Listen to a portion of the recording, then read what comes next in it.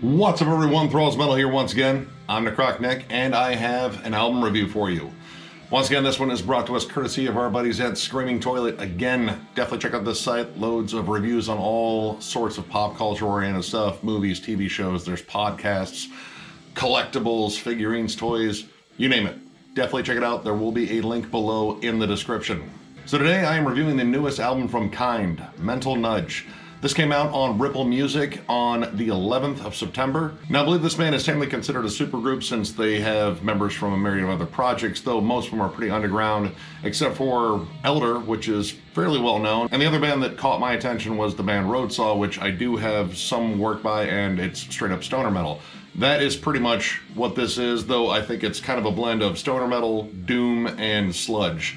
And believe me, when you hear this, you'll hear all of that. This is the band's second release, and they formed in 2013 in Boston, Massachusetts. And right from the rip, man, this bass tone is nasty. The opening track, Broken Tweaker, just comes in with this thunderous, sludgy, almost kind of crackling bass tone. And when the guitars come in, it just gets even more heavy. Though I have to say, with this song in particular and some others on here, it's so heavy you can almost not tell the difference between what's the guitar and what's the bass, because they are tuned so low and they are just drenched in sludge and fuzz and just heavy. Pretty much instantly this reminded me of a band like Monolord, which is definitely known for their over-the-top, like very fuzzy, sludgy sound. And when the vocals come in, they're really interesting. They're kind of raspy and drenched in reverb, so you kind of get this spacey effect, though they do change throughout the course of the album. Right from the rip, I figured I was going to get straightforward, real heavy, riffy stoner metal, and for the most part I got that, but there is definitely more on here than I thought. When you get to the track Bad Friend, which is probably my favorite track on here, this one gets really spacey, psychedelic. It's like a long, twisted trip through the desert, and this is where the vocals take a bit of a change. They kind of get more ethereal, more spacey and dreamy. The reverb definitely comes up, and there's lots of different like harmony and chorus effects on the vocals. Now, I'm not sure if live the other members sing, but the frontman is the only one that's listed as the singer, and he also plays a bit of synth stuff, which does come up in here too, and adds, again, a really cool spacey atmosphere. It kind of reminds me of Forming the Void, which I believe they are label mates with, and kind of like maybe like a Sleep vibe along the way. This song is loaded with dynamics. There's a breakdown that has these cool sweeping spacey synths, and then about around the 5-minute mark it kind of picks up the pace and really just reminded me a lot of early Queens of the Stone Age. Like, it just has this more rocking up-tempo feel. This was easily my favorite song on here. It really just kind of transported me back to when I was first getting into stoner rock, and my god, just everything pretty much just checks off all the cool stoner metal cliches that I still love so damn much. Now when it comes down to like guitar work on here, it is very riff centric. Just find that nice little groovy pocket and sort of just dry hump it to death.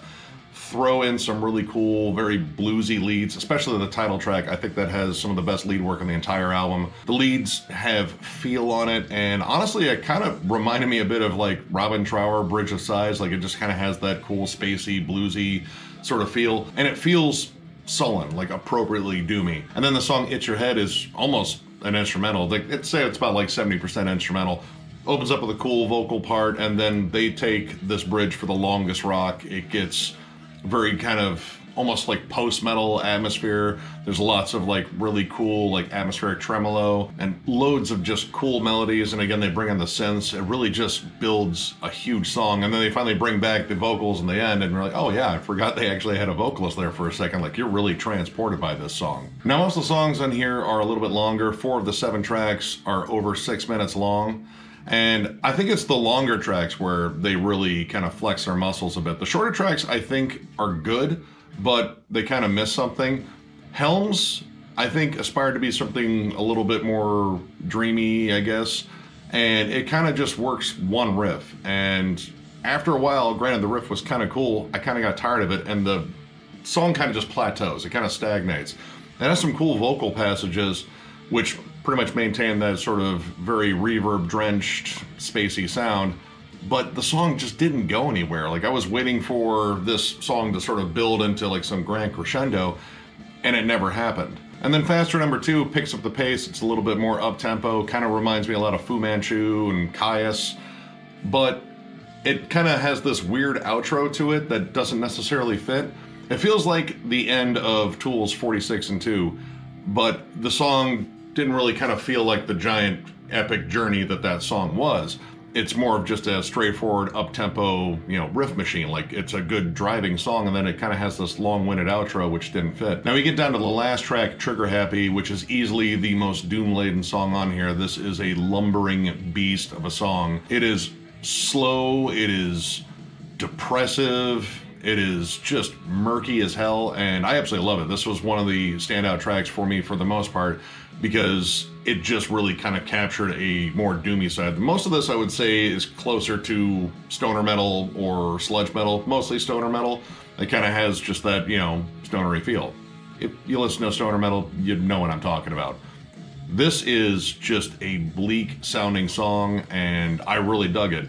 Now, it kind of keeps that pace for most of the song, and then kind of out of nowhere, and the transition's kind of weird, comes in this sort of Orange Goblin kind of boogie. It picks up the pace for a little bit, and then it just immediately drops out and goes back to the bulk of the song, which is pretty much around the chorus on this. And it just felt like it was kind of spliced in there, like it didn't really fit. Like, I don't know where that part would have belonged, and I imagine, they were like, hey, this is a really cool riff, we gotta bring this in someplace. Or at least I think that was the case. I mean, it's an awesome part, it just doesn't fit. It kind of took me out of the song, and it kind of left me scratching my head. But overall, I really dug this album. This is a really fun listen. I love the production on it. It sounds lush and heavy. I love the over-the-top guitar tone and bass tone, like, kind of mingle together. It's just disgustingly heavy. So overall, I'm going to give this 3.5 stars. I will definitely return to this. I really like the songwriting on here. The songs that I didn't like on here weren't enough to take away from the overall fact that I really loved a lot of the songs on here. The longer songs are where it's at. I definitely recommend Bad Friend. Jam that one alone, but jam this entire album because it's really good. So if you enjoyed this video, give it a thumbs up. And if you are new to the channel, subscribe, because we do stuff like this all the time. We will catch you later.